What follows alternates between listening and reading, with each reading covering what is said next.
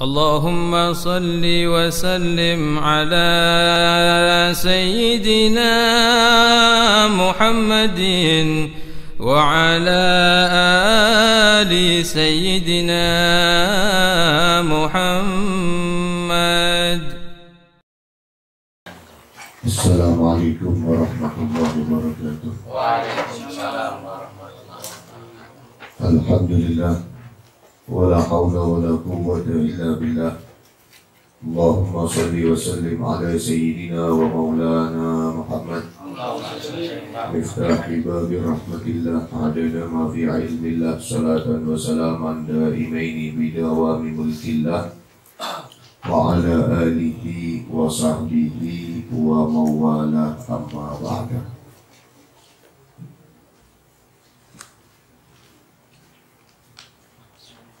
Ma'asyiral hadirin rahimakumullah, wabil khusus Al-Habib Mustafa Al-Atras, Al-Ustaz Nasir, Al-Akh Uthman, mudah-mudahan senantiasa semuanya dirahmati Allah Subhanahu wa ta'ala. Amin. Alhamdulillah, pada malam hari ini Allah Subhanahu wa ta'ala kembali mengumpulkan kita semua untuk bersama-sama membaca Hadrat Basudan.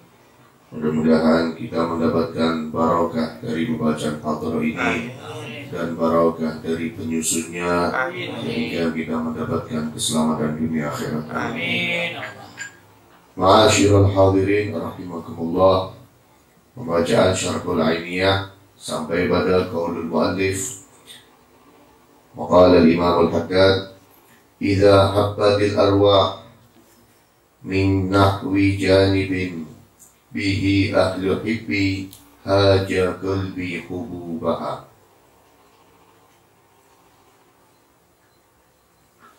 Hawan tazriful aynani minhu wa innama hawa kullu nafsin haitsu halla habibuha. Idza habbatil arwah min nahwi janibin, apabila telah ditiupkan roh-roh dari salah satu sisi, bihi ahlu hibbi, yang di dalamnya atau yang dengannya ada ahlu hibbi, orang-orang yang aku cintai, haja qalbi hububah, maka akan tergerak hatiku, kata Imam Haddad. Hawan tazriful aynani minhu, sebuah rasa cinta yang akan meneteskan air mata dari rasa cinta tersebut. Wa innama hawa kullu nafsin haitsu halla habibuha, dan hanya saja rasa cintanya setiap jiwa sekiranya ada di situ kekasihnya. Di sini Imam Haddad menggambarkan kepada kita begitu besarnya rasa cinta beliau kepada orang-orang soleh, sehingga apabila meninggal satu orang soleh, tergetar hati Al-Imam Al-Habib Abdullah bin Ali Haddad.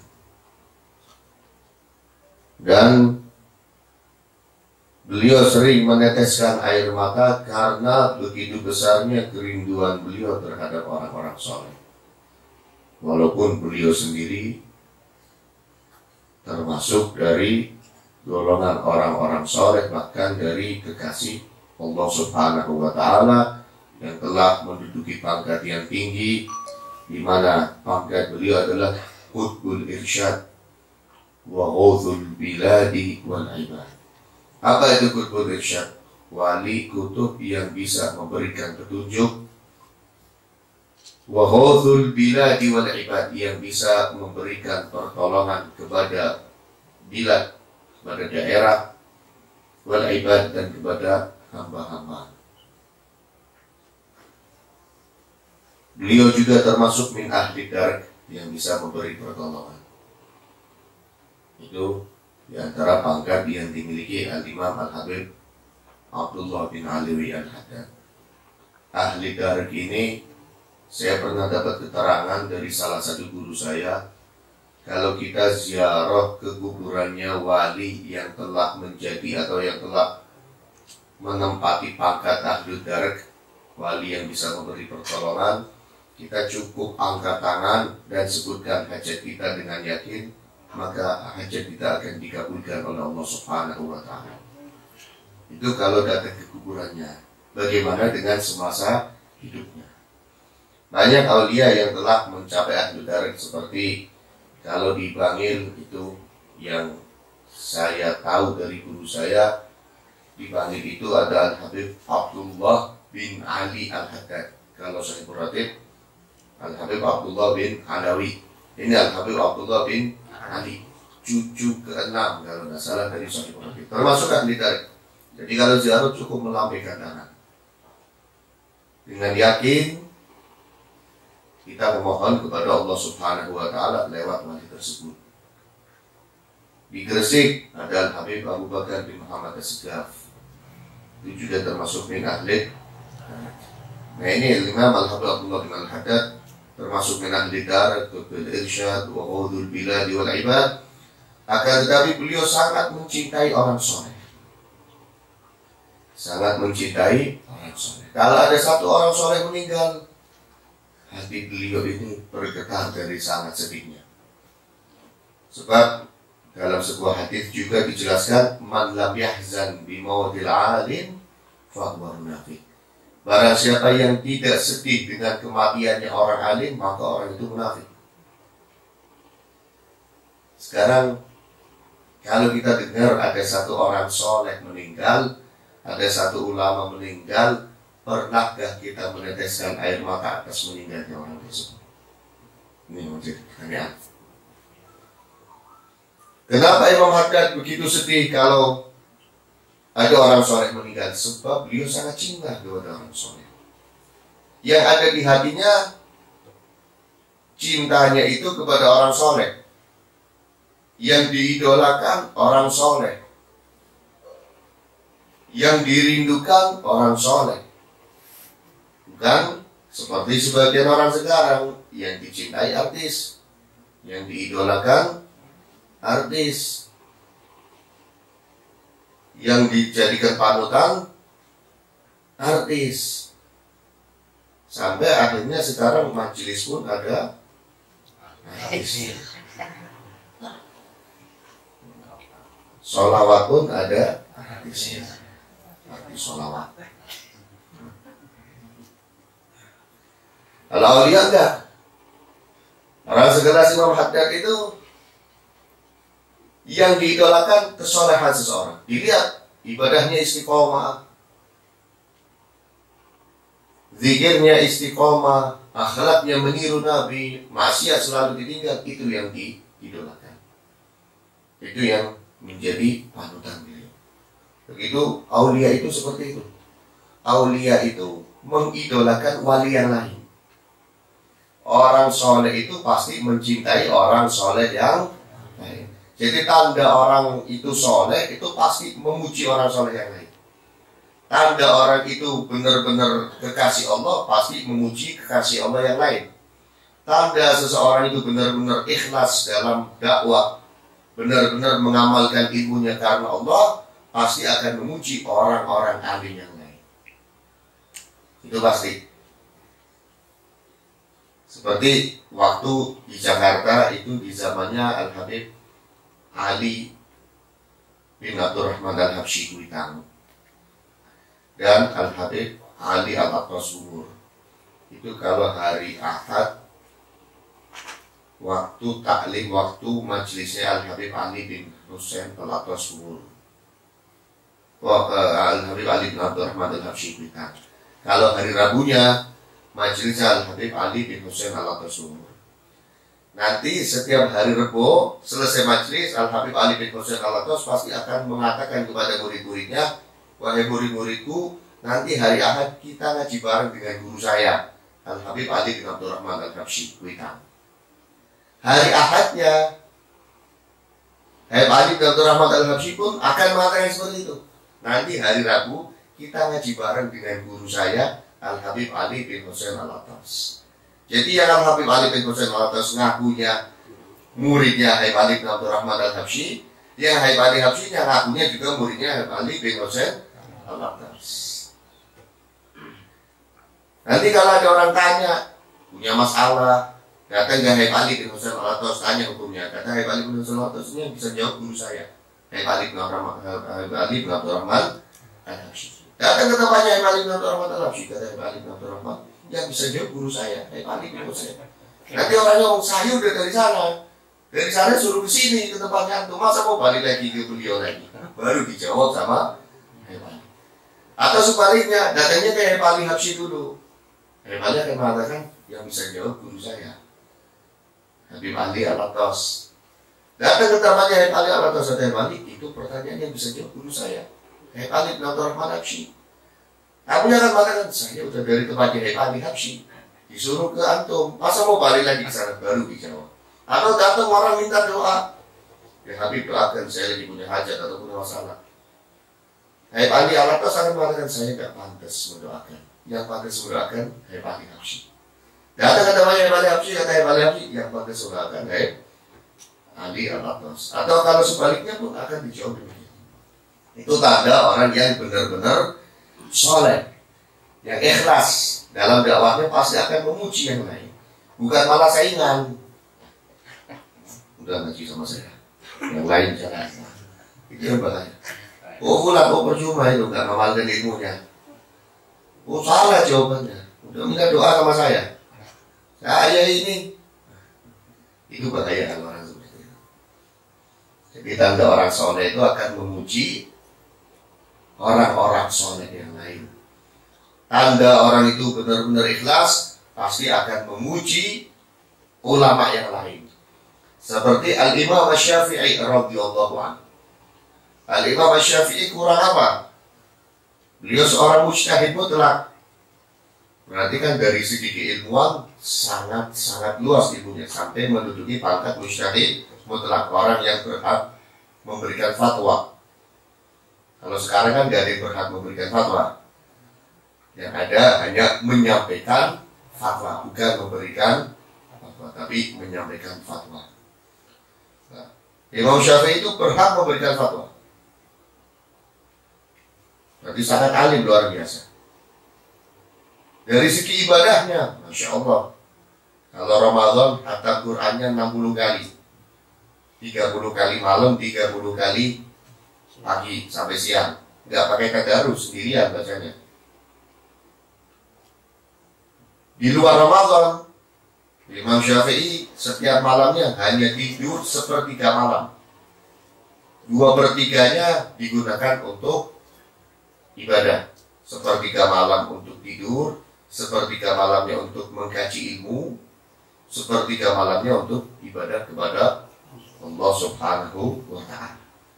Dari segi akhlaknya luar biasa, segi kesabarannya luar biasa. Sering diuji kesabarannya Imam Syafi'i. Di antaranya pernah ada orang, salah satu penjahit itu menguji kesabarannya Imam Syafi'i. Sampai di mana ini Imam Syafi'i sabarnya? Di mana suatu hari si penjahit ini diminta oleh Imam Syafi'i untuk menjahitkan jubahnya. Tapi apa yang dilakukan penjahit itu? Dibikin jubahnya Imam Syafi'i yang tangan kirinya lengannya sangat sempit, kolonnya gede. Kalau kita dibikinkan baju seperti itu sama penjahit gimana?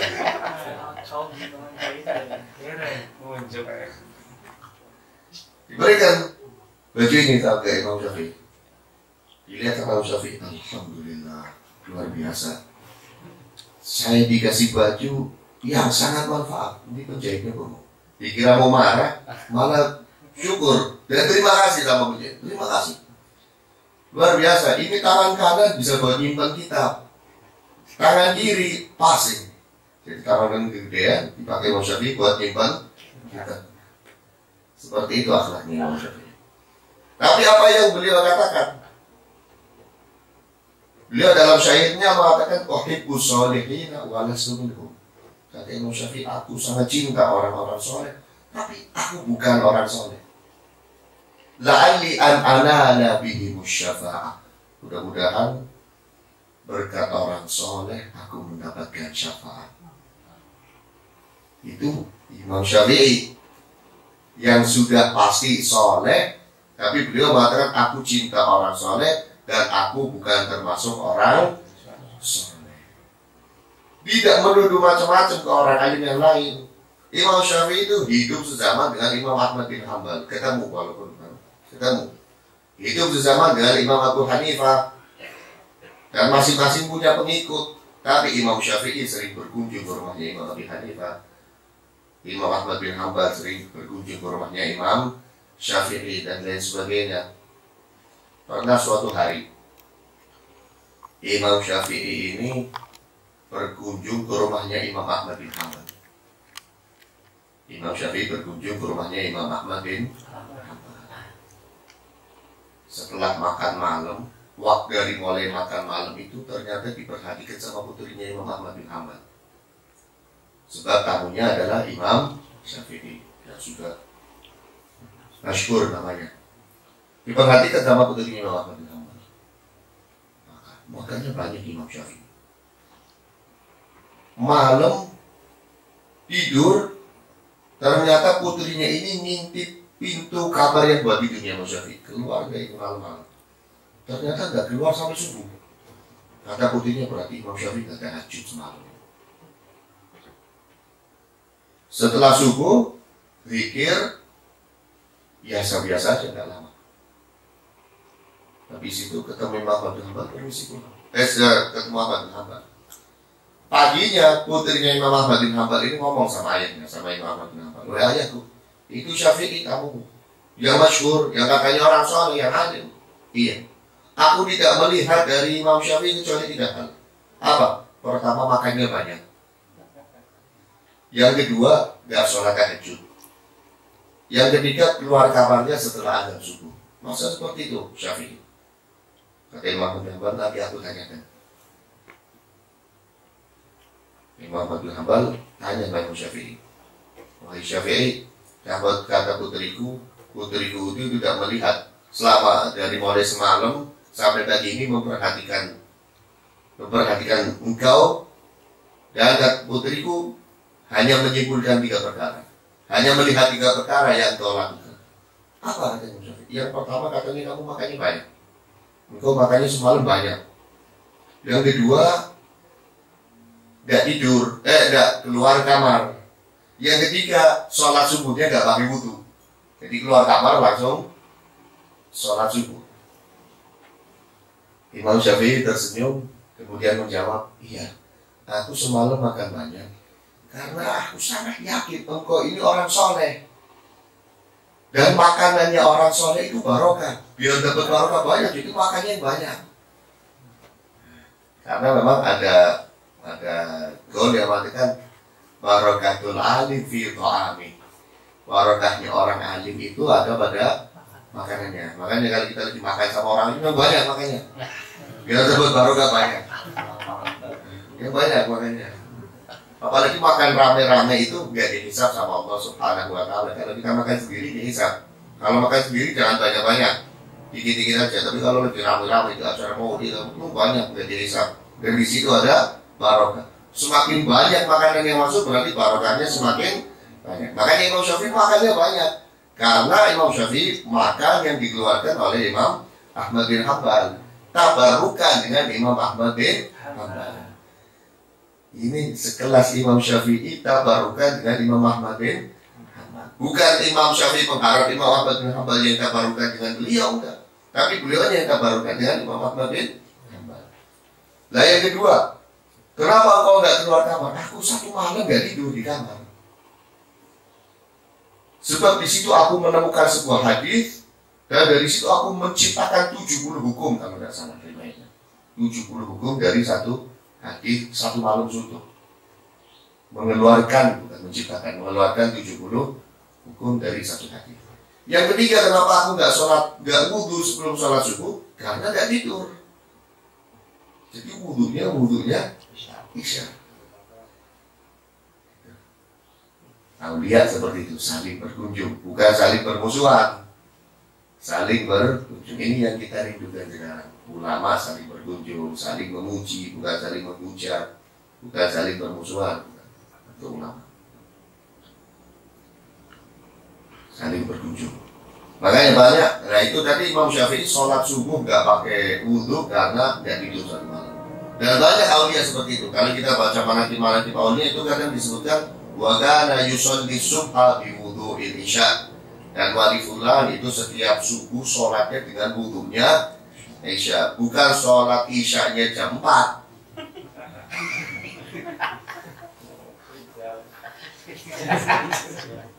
Bukan, sholat isyanya awal waktu, tepat waktu, tapi gak tidur, zikir terus sampai pagi, zikir Quran, istighfar dan lain sebagainya, sampai subuh belum batal.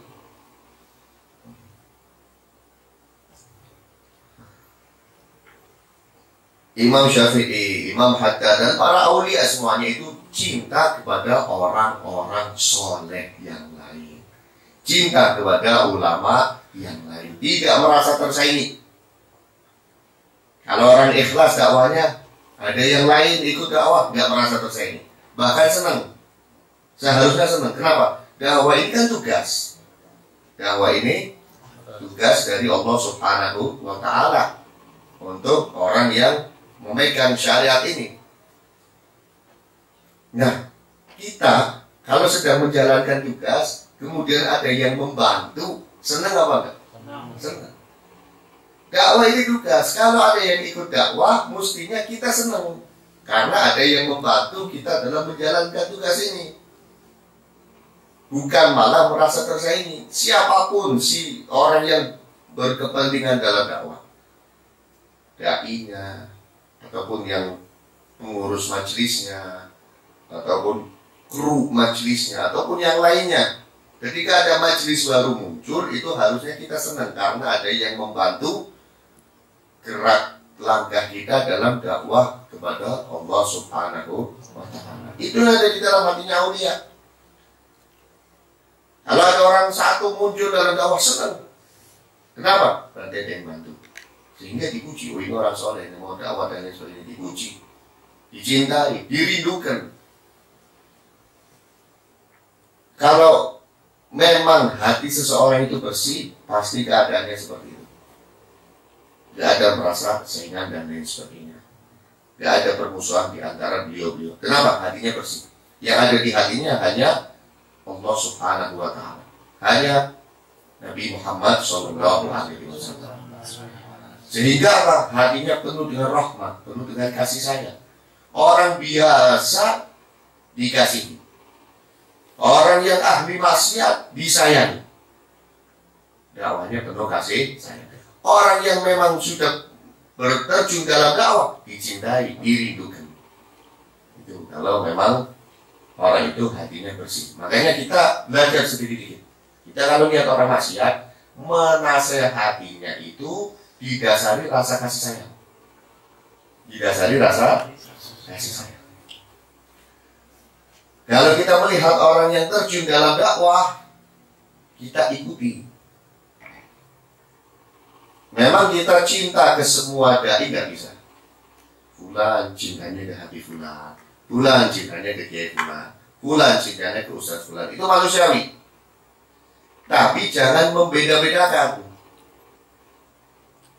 Mungkin membedakan dalam hati, singkirkan segera.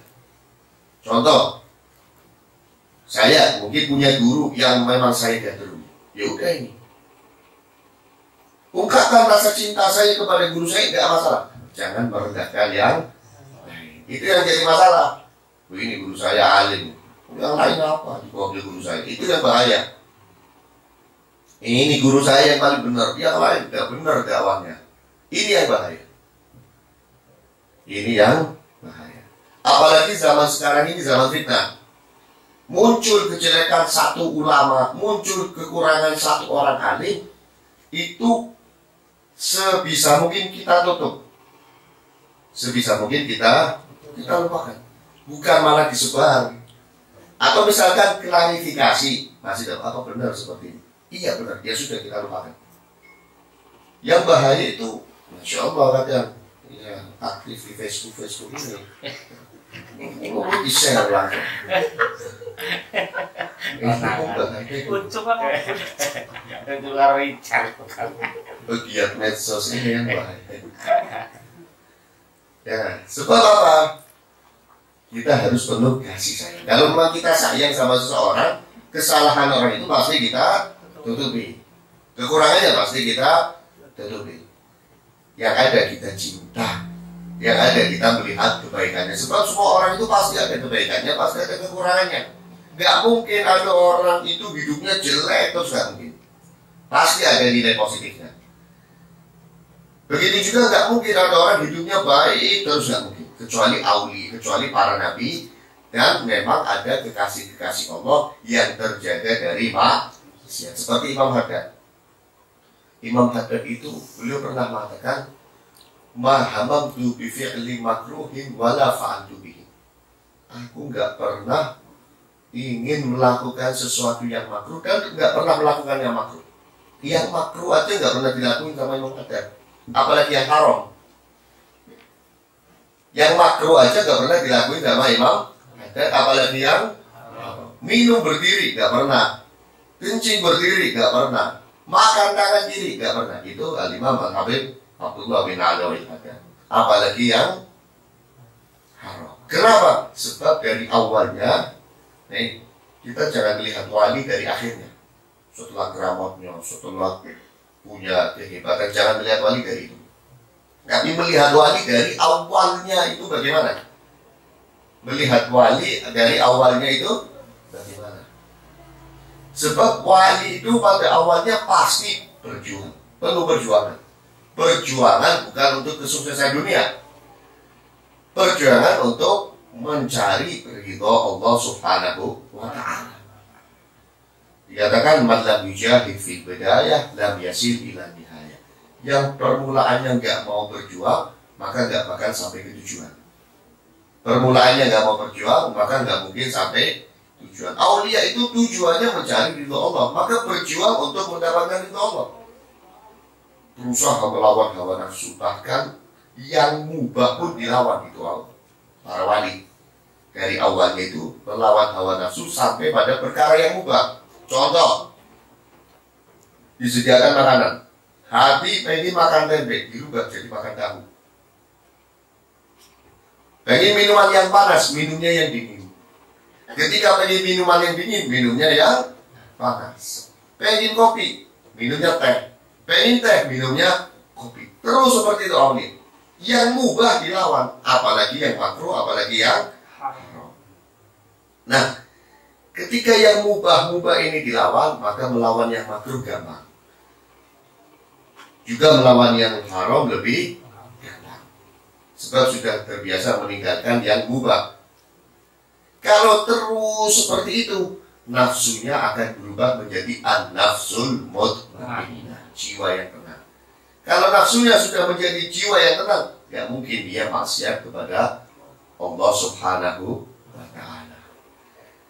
Nah itu bagaimana dengan al-insan mahallul khata wa nisyan?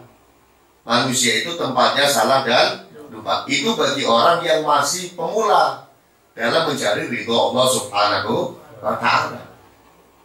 Tapi kalau khotoknya dilawan terus, maksiatnya ini dilawan terus, akan menjadi nafsul mutmainnah, jiwa yang tenang. Kalau jiwanya sudah tenang, yang ada di hatinya hanya Allah dan Rasulullah, mana mungkin dia bisa maksiat? Mana mungkin dia bisa maksiat? Susah sampai itu, mungkin terlalu jauh kita membahas itu. Yang penting sekarang ini kita mengikuti sedikit demi sedikit akhlaknya para aulia. Mencintai orang soleh, tidak membeda-bedakan orang soleh, tidak merasa saingan antar majelis, sedikit-sedikit melawan yang makruh, apalagi yang haram, tidak perlu kita bahas lagi. Pecinta majelis harus selalu melawan yang haram. Yang haram sudah yang makruh, jangan sampai kita makan berdiri.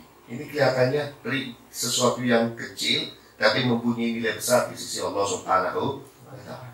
Biasakan masuk masjid kaki kanan, keluar masjid kaki kiri, masuk kamar mandi kaki kiri, keluar kaki kanan. Biasakan jangan sampai makan berdiri, biasakan jangan sampai minum berdiri, biasakan selalu mengawali sesuatu dengan bismillah. Terus seperti itu kita tingkatkan. Nanti yang sunnah-sunnah, biasakan qobliyah, biasakan ba'diyah. Nanti meningkat lagi biasakan tahajud. Nanti meningkat lagi biasakan duha. Meningkat lagi biasakan istighfar setiap hari seberapa. Biasakan sholawat terus, biasakan baca Quran terus. Kita harus punya peningkatan terus. Dan bukan hanya peningkatan yang hubungannya langsung dengan Allah Subhanahu wa Ta'ala, tapi peningkatan yang sesama manusia. Akhlaknya kita tingkatkan, marahnya kita kurangi, emosinya kita kurangi terus seperti itu. Biar orang ini tahu pertama, biar orang tahu bahwa orang anak pemuda yang memang istiqomah hadir majlis dan niatnya baik itu pasti beda dengan yang lain. Harus punya perbedaan. Tunjukkan perbedaan itu. Bukan niat riak, ya. Niatnya biar ditiru. Niatnya biar ditiru. Jadi yang lain pada iya ya. Setelah ngaji kok berubah akhlaknya, omongannya kok berubah, sholatnya kok tambah rajin, biar seperti itu. Akhirnya yang lain ikut hadir dan mengharumkan nama majlis. Di hati kita semuanya itu kita lakukan karena Allah Subhanahu wa Ta'ala. Jangan kebalik setelah ngaji malah jadi suka marah-marah. Setelah ngaji malah nggak hormatin yang tua. Setelah ngaji malah merendahkan ustaz yang lain. Ini yang bahaya. Wah, apa ustaz itu? Udah dari guru saya alimnya. Usaha itu ngajinya. Ada enak ceramahnya dan lain sebagainya. Ini yang lebih bahaya. Kalau aulia sekelas Imam Haddad aja selalu memuji aulia yang lain, memuji orang-orang soleh yang lain, apalagi dengan kita. Jadi kita yang hadir majelis, yang sering ngaji, yang biasa menghadiri kegiatan-kegiatan yang baik, tunjukkan bahwa kita itu mencintai semua aulia, menghormati semua ulama, akhlak kita harus lebih baik dari yang lain, hormati yang lebih tua, sayang yang lebih muda, ibadahnya harus selalu meningkat. Agar hadirnya kita ini benar-benar membawa manfaat dan benar-benar membawa kita menuju jalan yang diridhoi Allah dan membawa kita lebih dekat dengan Allah, lebih dekat dengan Rasulullah, lebih dekat dengan aulia. Mudah-mudahan hadirnya kita di sini bisa menyebabkan kita lebih cinta aulia.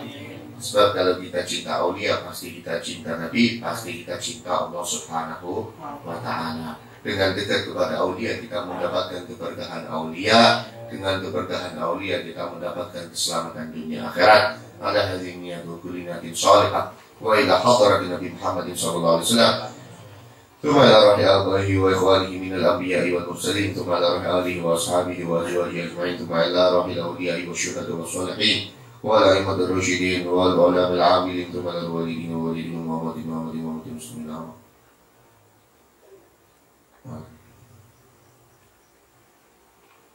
Al-Fatihah.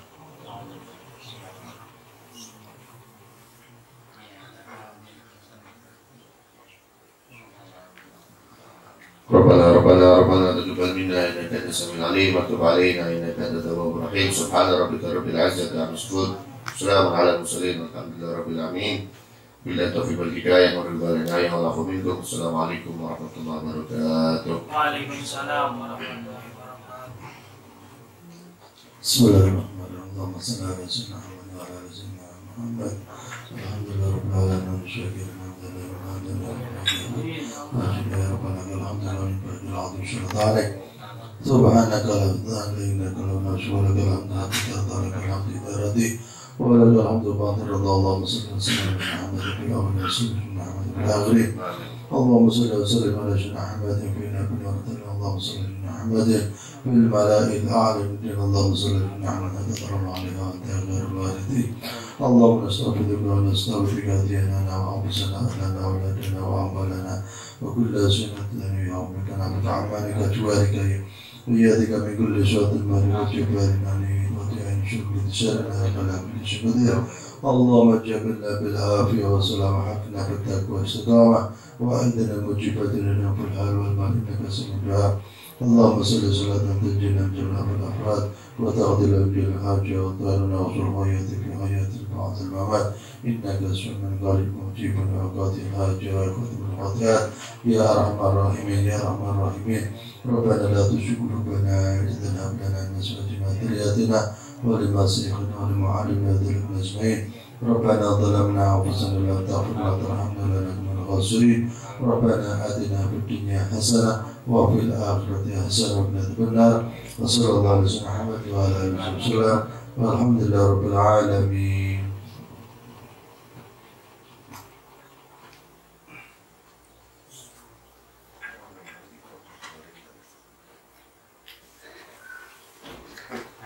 Kelihatan belum jalan nih.